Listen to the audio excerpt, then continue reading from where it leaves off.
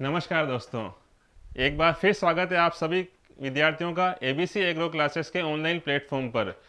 पिछली बार जो हम एग्रीकल्चर के क्वेश्चंस लेके आए थे आपके सामने, उसी सीक्वेंस में एक दूसरी सीरीज लेके हाजिर हूँ आपके सामने में। इसमें भी एग्रीकल्चर के बहुत इंपॉर्टेंट क्वेश्चन हैं जो normally jet, ICR, agriculture supervisor आदि विभिन्न प्रतियोगी परीक्षाओं में बहुत हेल्पफुल होंगे। तो आप सभी विद्यार्थियों से निवेदन है कि आप इसको लाइक और सब्सक्राइब कर लीजिए, जिससे से अधिक विद्यार्थियों तक इस बात को पहुंचाया जाए। चलिए हम क्वेश्चंस को स्टार्ट करते हैं। देखिए, बहुत इंपॉर्टेंट क्वेश्चन आपके सामने लिखा हुआ है, जवार का पुष्पक्रम कहलाता है। जवार, जिसको इंग्लिश में क्या कहा जाता है मित्रों? सोरगम। क्या कहा जाता है? सोरगम। तो प्रश्न आपके सामने है, जवार का पुष्पक्रम क्या कहा जाता है? ऑप्शन दे रखे हैं आपको, विकल्प लिखे हुए हैं, टेसल, पेनिकल, स्पाइक या हेड। तो देखिए, अगर हम इन क्वेश्चंस को वन बाय वन बात करना चाहें तो मक्का की जब हम बात करते हैं, जो फर्स्ट विकल्प लिखा हुआ है टेसल, अगर वो आपको पूछे कि ये किसका होगा तो ये किसका आंसर हो जाएगा? मक्का, मक्का का। तीसरा विकल्प देखिएगा स्पाइक। स्पाइक किसका होता है मित्रों? आप सब जानते हैं स्पाइक पुष्पक्रम किसका होता है? गेहूं का, वीट। अब देखिए, जब हम जानते हैं कि टेसल तो मक्का का होता है, स्पाइक गेहूं का होता है, और प्रश्न आपको पूछा हुआ जवार का, तो जवार का जो पुष्पक्रम कहलाता है वो कहलाता है मित्रों पेनिकल। सोरगम का पुष्पक्रम क्या कहलाता है? पेनिकल। और फोर्थ विकल्प दे रखा हेड। हेड नॉर्मली होता है सेफ्लावर का, कुसुम। कुसुम याद रखिएगा आप, ठीक है। तो देखिए, आपको क्वेश्चन पूछा गया जवार का पुष्पक्रम कहलाता है, तो आपका आंसर क्या हो जाएगा? पेनिकल। टेसल होता है मक्का का, स्पाइक होता है गेहूं का, हेड होता है कुसुम का, ठीक है। आगे चलते हैं। उर्वरक, फर्टिलाइजर में से क्वेश्चन लिखा हुआ है, वो क्वेश्चन लिखा हुआ है, निम्न में से साइट्रिक अम्ल में कौन घुलनशील है? विकल्प दे रखे हैं आपको, सिंगल सुपर फॉस्फेट, दूसरा दे रखा है डबल सुपर फॉस्फेट, तीसरा दे रखा है रॉक फॉस्फेट, और चौथा दे रखा है सभी। तो जब आप साइट्रिक अम्ल की बात करते हैं फॉस्फोरस उर्वरकों की, तो फॉस्फोरस उर्वरक मित्रों दो तरह के होते हैं, एक जल में घुलनशील, दूसरा साइट्रिक एसिड में घुलनशील। तो देखिएगा, जल में घुलनशील के तीन एग्जाम्पल आप जानते हो बहुत अच्छे से, कौन कौन से होते हैं? एसएसपी, डीएसपी और TSP. Single super phosphate, double super phosphate, triple super phosphate, ये तीनों किस में घुलनशील है? जल में घुलनशील है। और आपको पूछा है साइट्रिक अम्ल में घुलनशील, इस कारण से ये ऑप्शन तो इसका होगा नहीं, ये भी इसका होगा नहीं, और तीसरा जो विकल्प दे रखा है रॉक फॉस्फेट, वही इस प्रश्न का आंसर होगा। तो इस क्वेश्चन का आंसर हो जाएगा रॉक फॉस्फेट। अब देखिए, अगर आपसे पूछें रॉक फॉस्फेट में फॉस्फोरस होता कितना है, तो उसका भी आंसर देखिएगा आप, इसमें होता है 20 से 40%, और एसएसपी में होता है 16%, डीएसपी के अंदर होता है 32%, ठीक है मित्रों। तो इस क्वेश्चन का जो आंसर हो जाएगा वो हो जाएगा, निम्न में से साइट्रिक अम्ल में घुलनशील कौन है, तो इसका आंसर हो जाएगा रॉक फॉस्फेट। देखिएगा, आगे चलते हैं।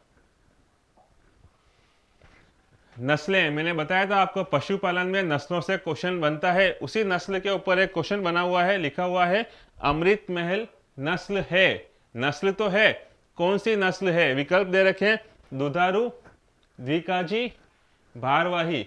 दुधारू को बोलते हैं मिल्च ब्रीड, द्विकाजी को बोलते हैं ड्यूल पर्पस, जो बोझा ढोने के भी काम आती है और दूध में भी काम आती है, और भारवाही जो केवल बोझा ढोने में काम आती है। प्रश्न पूछा हुआ है अमृत महल, तो इसका आंसर क्या होगा मित्रों? अमृत महल जो नस्ल है हमेशा भारवाही नस्ल होती है। अमृत महल नस्ल कौन सी है? भारवाही नस्ल। दुधारू के तो आप बहुत से एग्जाम्पल जानते हो, फॉर एग्जाम्पल साहिवाल। दुधारू का एग्जाम्पल देखिएगा, साहिवाल, साहिवाल। अगर आपको पूछे द्विकाजी का कोई उदाहरण, तो थार पारकर। क्या आंसर होगा इसका? तो उदाहरण क्या हो जाएगा? थार पारकर, थार पारकर। तो अगर आपको ऐसा क्वेश्चन भी पूछे तो मैंने तीनों का बता दिया आपको। दुधारू जो दूध देने के लिए होती है, द्विकाजी जो दोनों काम में सहायक होती है, और भारवाही केवल बोझा ढोने के काम आती है। और अमृत महल पूछा है तो इस क्वेश्चन का आंसर हो जाएगा भारवाही। द्विकाजी का एग्जाम्पल थार पारकर, और दुधारू का एग्जाम्पल दे रखा है साहिवाल। क्लियर मित्रों? आगे चलते हैं। इंस्टीट्यूट, अनुसंधान संस्थान ये इस पे क्वेश्चन बनता ही बनता है। आपके सामने लिखा हुआ है CPCRI का मुख्यालय कहाँ स्थित है। विकल्प दे रखे हैं आपको, राजस्थान, केरल, हरियाणा और सभी। CPCRI का मतलब होता है central plantation crop research institute. CPCRI, R का मतलब आप जानते हो, हमेशा लास्ट में जब आर होता है उसका मतलब रिसर्च होता है, लास्ट में जो आई लिखा होता है उसका मतलब इंस्टीट्यूट होता है। नॉर्मली जो फर्स्ट सी लिखा होता है सबसे स्टार्टिंग में, उसका मतलब सेंट्रल होता है। यहाँ पी और सी का मतलब होता है प्लांटेशन क्रॉप। चाय हो गई, कॉफी हो गई, इस तरह की क्रॉप्स को हम क्या बोलते हैं, प्लांटेशन क्रॉप। तो क्वेश्चन पूछा गया है कि इसका हेडक्वार्टर कहाँ पर है। तो मित्रों, CPCRI का जो हेडक्वार्टर है वो कहाँ पर स्थित है, केरल के अंदर। तो इस क्वेश्चन का आंसर बिल्कुल सिंपल हो जाएगा। CPCRI का हेडक्वार्टर कहाँ पर है, तो इसका आंसर होगा केरल के अंदर। नेक्स्ट देखिएगा बोर्डो मिक्सचर। आप सबने नाम सुना होगा इसका, बोर्डो मिक्सचर। बोर्डो मिक्सचर में आपसे पूछा गया है कि बोर्डो मिक्सचर में 3 चीजें का कंपोनेंट होते हैं, तीन चीजों के मिश्रण से बोर्डो मिक्सचर बनता है। उसमें से आपको इस प्रश्न में पूछा गया है कॉपर सल्फेट। कॉपर सल्फेट की मात्रा कितनी होती है। तो बोर्डो मिक्सचर के 3 भाग होते हैं। कॉपर सल्फेट जो लिखा हुआ है आपके सामने, सेकंड पार्ट होता है चूना जिसको लाइम बोलते हैं, और तीसरा पार्ट होता है वाटर। प्रश्न ये पूछा है कि इनका अनुपात कितना कितना होगा। तो इनका बहुत सिंपल अनुपात होता है 5:50। तो अगर आप इसको सिंप्लीफाई भी करना चाहो तो इसका आंसर ये भी हो सकता है 1:10। तो देखिए, आपको पूछा है कॉपर सल्फेट की कितनी मात्रा होती है, तो इस फॉर्मूले से आपको, इस कॉम्बिनेशन से आपको पता लग जाएगा इसका आंसर क्या हो जाएगा, 5। तो बोर्डो मिक्सचर में कॉपर सल्फेट की मात्रा कितनी हो गई, तो इसका आंसर हो गया 5। चलिए आगे चलते हैं। अभी मैंने बोला आपको इंस्टीट्यूट इंपॉर्टेंट रोल प्ले करते हैं अगर आप स्कोरिंग करना चाहते हैं अच्छे से। तो देखिएगा, इसी क्रम में एक क्वेश्चन लिखा हुआ है काजरी, central arid zone research institute काजरी। काजरी की स्थापना कब हुई थी। सन ऑप्शन दे रखे हैं आपको, 1952, 1954, 1951 और 1950। तो आप सब जानते हैं इसका आंसर। काजरी की स्थापना हुई थी 1952 के अंदर, जोधपुर। काजरी की स्थापना हुई थी 1952 के अंदर। तो इस क्वेश्चन का आंसर क्या हो जाएगा, 1952। नेक्स्ट देखिएगा, चट्टानों की जब हम बात करते हैं, रॉक्स, चट्टानें 3 प्रकार की होती है आप जानते हैं, आग्नेय, अवसादी और परतदार। इन्हीं चट्टानों के ऊपर एक क्वेश्चन बना हुआ है कि बेसाल्ट इसमें से किसका उदाहरण है, आग्नेय का, परतदार का, कायांतरित का या सभी का। तो आप जानते हैं ग्रेनाइट और बेसाल्ट ये दोनों किसका एग्जाम्पल है, आग्नेय चट्टानों का एग्जाम्पल है। तो ग्रेनाइट, बेसाल्ट तो लिखा हुआ है, इसके अलावा भी अगर आपको पूछें तो दूसरा आंसर क्या हो जाएगा इसका, ग्रेनाइट। परतदार, सेडिमेंट्री का एग्जाम्पल आप जानते हो, सैंडस्टोन या लाइमस्टोन। सैंडस्टोन ये इसका एग्जाम्पल हो गया। और कायांतरित या रूपांतरित का तो आप जानते ही बहुत अच्छे से, मार्बल इसका एग्जाम्पल है। इसका आंसर एग्जाम्पल क्या होगा, मार्बल। तो देखिएगा, ग्रेनाइट और बेसाल्ट किसके एग्जाम्पल हो गए, आग्नेय। और आपको पूछा है बेसाल्ट का, तो इस क्वेश्चन का आंसर क्या हो जाएगा, आग्नेय चट्टान। ठीक है, इस तरह से चट्टानों के ऊपर भी कभी क्वेश्चन बन जाए। तो चट्टानें 3 प्रकार की होती है, आग्नेय, परतदार, रूपांतरित। नेक्स्ट देखिएगा, एमओपी। बेसिकली ये फॉस्फोरस नहीं मानिएगा, इसको के मानिएगा, पोटेशियम। एमओपी में के की मात्रा कितनी होती है, muriate of potash, MOP. Muriate of potash में के की मात्रा कितनी होती है, पोटेशियम की मात्रा कितनी होती है। ऑप्शन दे रखे हैं आपको 16, 32, 48 या 60। तो ये मैंने अभी आपको बताया था एसएसपी, डीएसपी और TSP, single super phosphate, double super phosphate और ट्रिपल सुपर फॉस्फेट। इनके अंदर फॉस्फोरस की मात्रा कितनी कितनी होती है, लिखे हुए हैं। एसएसपी ये है डीएसपी में फॉस्फोरस, ये है टीएसपी में फॉस्फोरस। और आपको पोटेशियम पूछा है, म्यूरेट ऑफ पोटाश की में मात्रा कितनी होती है, 60। और म्यूरेट ऑफ पोटाश का फॉर्मूला देखना चाहो तो इसको बोलते हैं केसीएल। पोटेशियम क्लोराइड भी कहा जाता है। म्यूरेट ऑफ पोटाश का दूसरा नाम क्या हो गया? Potassium chloride. इसमें कितना परसेंट पोटेशियम प्रेजेंट होता है? तो इस क्वेश्चन का आंसर क्या हो जाएगा? 60% इसके अंदर पोटेशियम प्रेजेंट होता है। आगे चलते हैं, नेक्स्ट क्वेश्चन देखिएगा।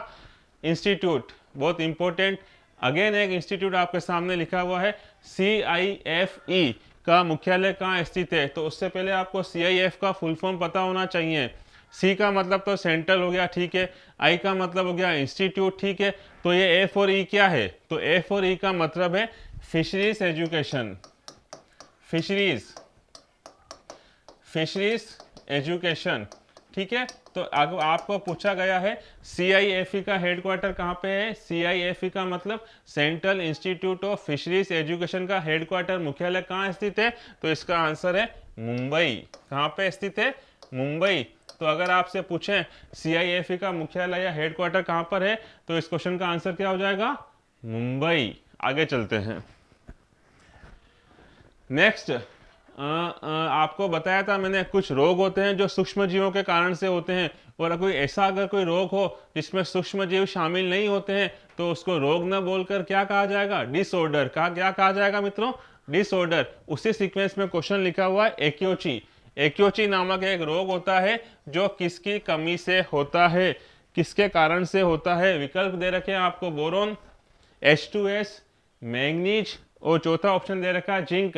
तो आप याद रखिएगा, एक्योची जो डिजीज होता है वो होता है H2S के कारण से, हाइड्रोजन सल्फाइड के कारण से होता है। तो इस क्वेश्चन का आंसर स्ट्रेट फॉरवर्ड क्या हो जाएगा? H2S। चलिए आगे चलते हैं, नेक्स्ट एक इंपॉर्टेंट क्वेश्चन आता है अम्लीय मृदा। मृदाएं तीन तरह की होती है, आप जानते हैं, अम्लीय बोले, क्षारीय बोले, उदासीन बोले, किसी भी तरह की बोले। यहाँ पर लिखा हुआ है अम्लीय मृदाओं में आयन, आयन आप समझते हो, धनायन भी होता है, ऋणायन भी होता है। अम्लीय मृदा में किस आयन की अधिकता होती है? तो देखिएगा, अम्लीय मृदा में आयन की जब हम बात करते हैं, जल का फॉर्मूला आप जानते हैं, वाटर का फॉर्मूला H2O। H2O जब टूटता है आयनों के रूप में तो इस तरह से टूटता है, आप जानते हैं H+ और OH माइनस के रूप में टूटता है। तो जैसे जैसे पानी जब खेत में आता है, वर्षा की बूंदें गिरती है, अगर जल का मॉलिक्यूल टूटना चाहे तो वो किस किस रूप में टूटता है? H+ में और OH- में।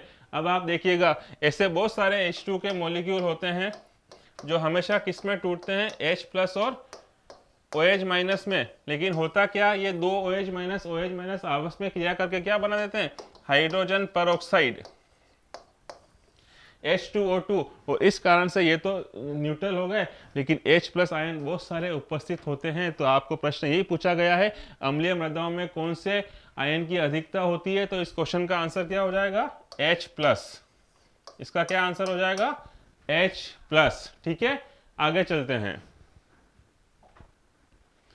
वानस्पतिक नाम, मित्रों में हर वीडियो में बोल रहा हूँ आपको, वानस्पतिक नाम आपको याद होने चाहिए, चाहे वो फ्रूट्स के हों, वेजिटेबल्स के हों, क्रॉप्स के हों, वीड्स के भी हों एवन, और एनिमल्स के जूलॉजिकल नेम। इनमें से क्वेश्चन बनता है तो आपको याद करना है। देखिएगा, अरहर, अरहर का वानस्पतिक नाम क्या होगा? ऑप्शन दे रखे हैं आपको, पाइसम स्पीशीज, दूसरा ऑप्शन दे रखा है लेंस एस्क्यूलेंटस, तीसरा ऑप्शन दे रखा है केजेनस केजन, और चौथा ऑप्शन दे रखा है कोई नहीं। तो देखिएगा, पाइसम तो आप बहुत अच्छे से जानते हैं, मटर, पाइसम स्पीशीज, पाइसम मेंडल ने सारे अपने एक्सपेरिमेंट किसके ऊपर किए थे? मटर के ऊपर ही तो किए थे। आनुवंशिकी में पढ़ेंगे आप, बायोलॉजी में जब आप देखेंगे। तो पाइसम स्पीशीज किसका नाम हो गया? मटर का। सॉरी, दूसरा जो नाम लिखा हुआ लेंस एस्क्यूलेंटा, ये नाम है मसूर, मसूर, ठीक है। और अरहर का जो वनस्पतिक नाम होगा वो हो जाएगा केजेनस केजान। तो इस क्वेश्चन का आंसर क्या हो जाएगा मित्रों? केजेनस केजान। तो आपसे पूछें अरहर का वनस्पतिक नाम क्या है, तो आपका आंसर हो जाएगा केजेनस केजान। चलिए आगे चलते हैं। कुल, फैमिली के ऊपर क्वेश्चन लिखा हुआ है आपके सामने कि निम्न में से सोलेनेसी कुल का पौधा कौन सा है? विकल्प दे रखे हैं आपको, ब्रिंजल, बैंगन, पोटैटो, आलू, कैरट, गाजर, या एक व दो दोनों। तो ये तो बहुत सिंपल सा क्वेश्चन है, आप जानते हैं सोलेनेसी फैमिली में ब्रिंजल भी आता है, पोटैटो भी आता है। इस कारण से इस क्वेश्चन का आंसर क्या हो जाएगा, 1 व 2 दोनों। यहाँ पे तीसरा विकल्प दे रखा है कैरट। कैरट की फैमिली क्या होती है, अम्बेली फेरी, अम्बेली फेरी। कहीं कहीं पे इसको एपीएससी भी लिखा होता है, एपीएससी। तो आप देखिएगा, अगर आपको पूछे सोलेनेसी का एग्जाम्पल कौन सा है, तो आपके सामने दोनों आंसर सही थे, ब्रिंजल भी सही था और पोटैटो भी सही था। बैंगन का वानस्पतिक नाम सोलेनम मेलाजोनेला या सोलेनम स्पीशीज बोलिए आप। और पोटैटो का बोटनिकल नेम तो आप जानते हैं, आलू। आलू का बोटनिकल नेम तो आपको पता ही है, ठीक है, पोटैटो। आगे चलते हैं, नेक्स्ट देखिएगा,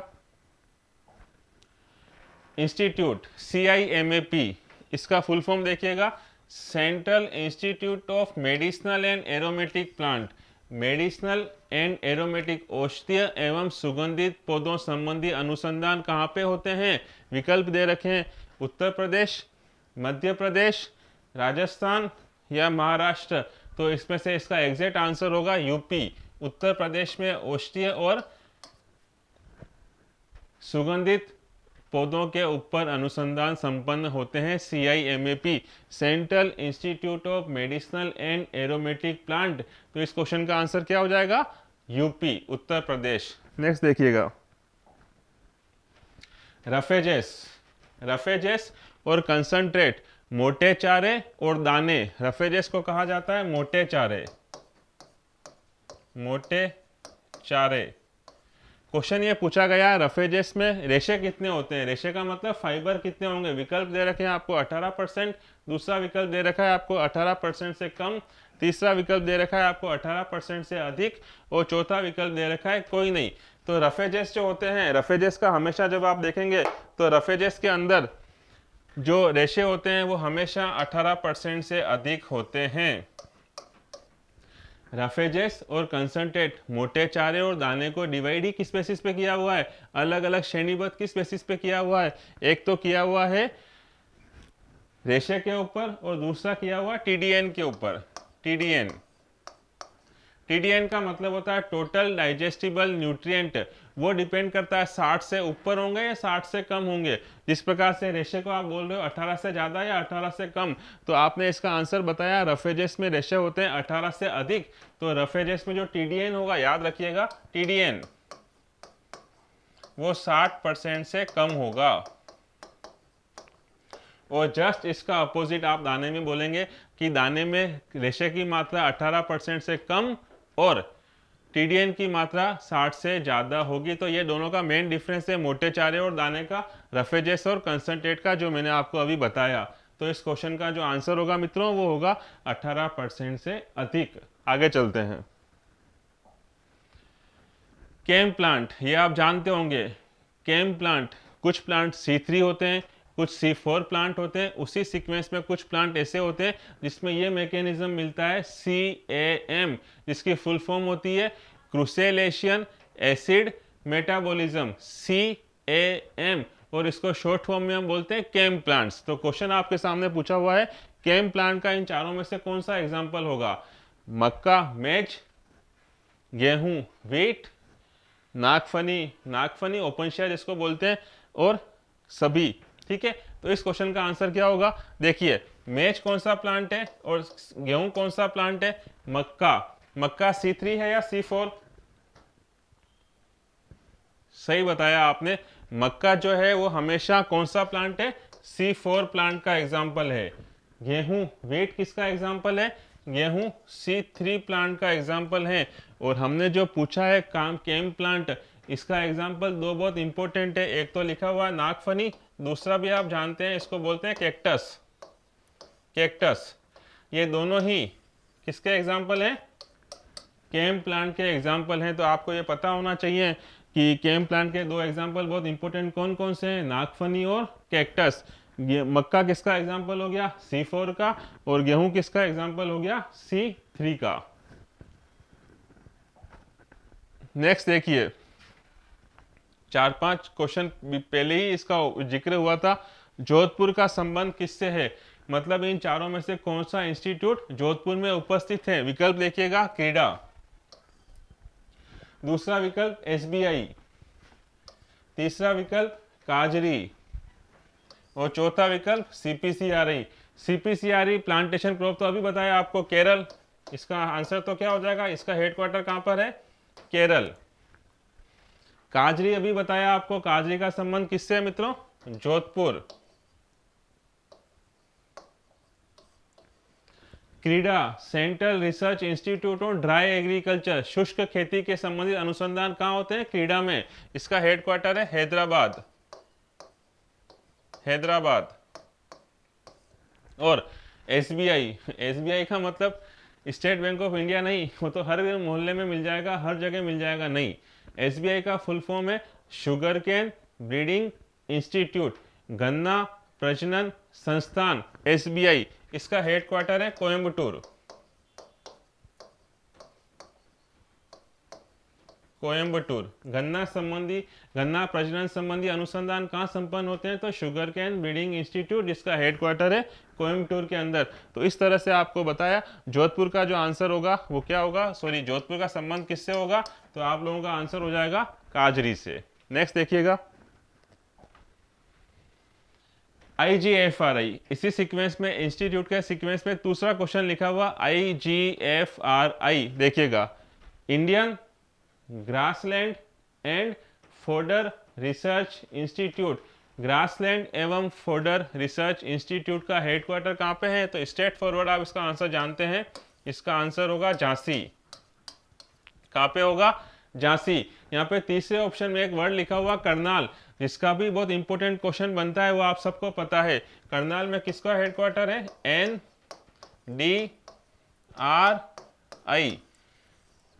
national dairy research institute.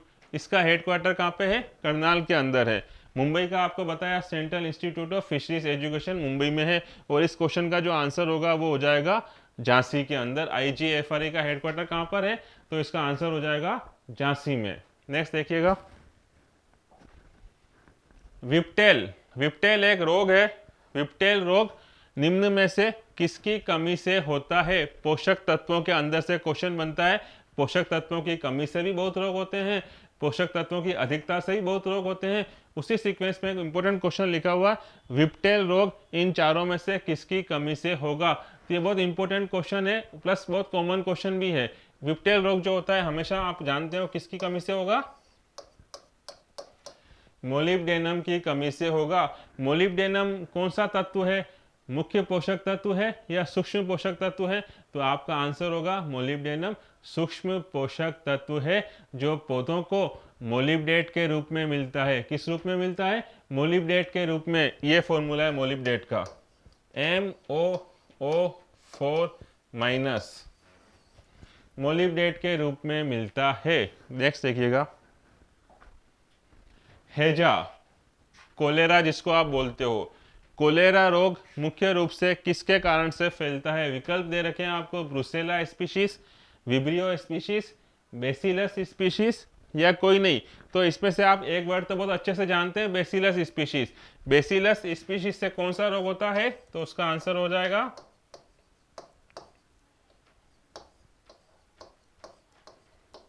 Anthracis नामक रोग जो होता है वो किसके कारण से होता है, बेसिलस एंथ्रेक्सिस। एंथ्रेसिस का एग्जैक्ट अगर मतलब पूछें तो एंथ्रेसिस ना बोलकर इसको आप क्या बोलोगे, एंथ्रेक्स। एंथ्रेक्स रोग, एंथ्रेक्स रोग फैलता है, उसका पूरा नाम था बेसिलस एंथ्रेसिस, मैंने वो लिख दिया था। बेसिलस एंथ्रेसिस नामक बैक्टीरिया से कौन सा रोग फैलता है, तो उसका आंसर होगा एंथ्रेक्स। और आपको पूछा गया हैजा, हैजा को बोलते हैं कोलेरा। क्या बोलते हैं, कोलेरा, कोलेरा, कोलेरा। तो कोलेरा जो रोग होता है, CHOLERA, कोलेरा, कोलेरा रोग जो होता है वो फैलता है विब्रियो स्पीशीज से। किस स्पीशीज से, विब्रियो स्पीशीज से। इस कारण से इस क्वेश्चन का आंसर क्या हो जाएगा, कोलेरा या हैजा रोग जो होता है, CHOLERA, कोलेरा, हैजा, ये फैलता है विब्रियो स्पीशीज से। ठीक है मित्रों, आगे देखते हैं। ओरिजिन, ओरिजिन के ऊपर प्रश्न कभी कभी बनता है कि किसी भी क्रॉप का ओरिजिन या उत्पत्ति स्थल कहाँ पे था, उसी सीक्वेंस में क्वेश्चन पूछा गया है। मूंगफली का उत्पत्ति स्थल कहाँ पे है? विकल्प दे रखे हैं आपको, मैक्सिको, ब्राजील, भारत या बर्मा। मूंगफली का वानस्पतिक नाम क्या होता है मित्रों, बताइए। मूंगफली का वानस्पतिक नाम, मूंगफली का वानस्पतिक नाम होता है एरेकिस हाइपोजिया। एरेकिस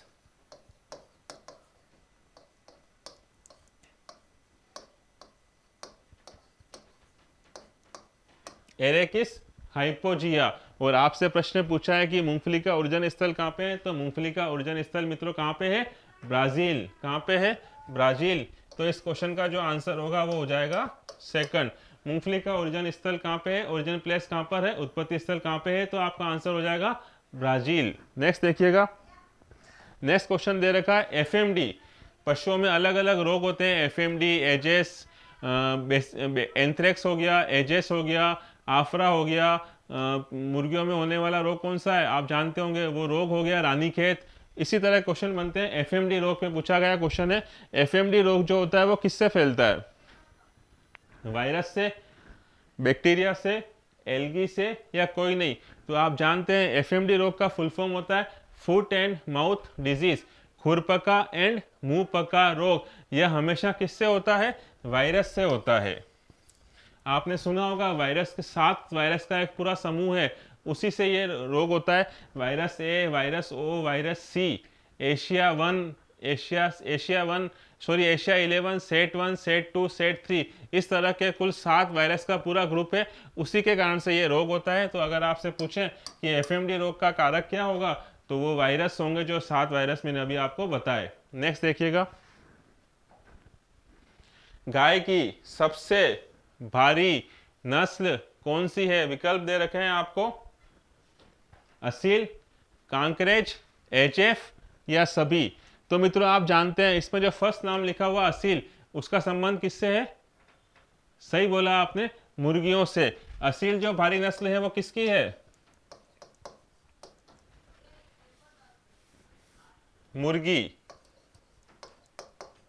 मुर्गियों की भारी नस्ल है असील।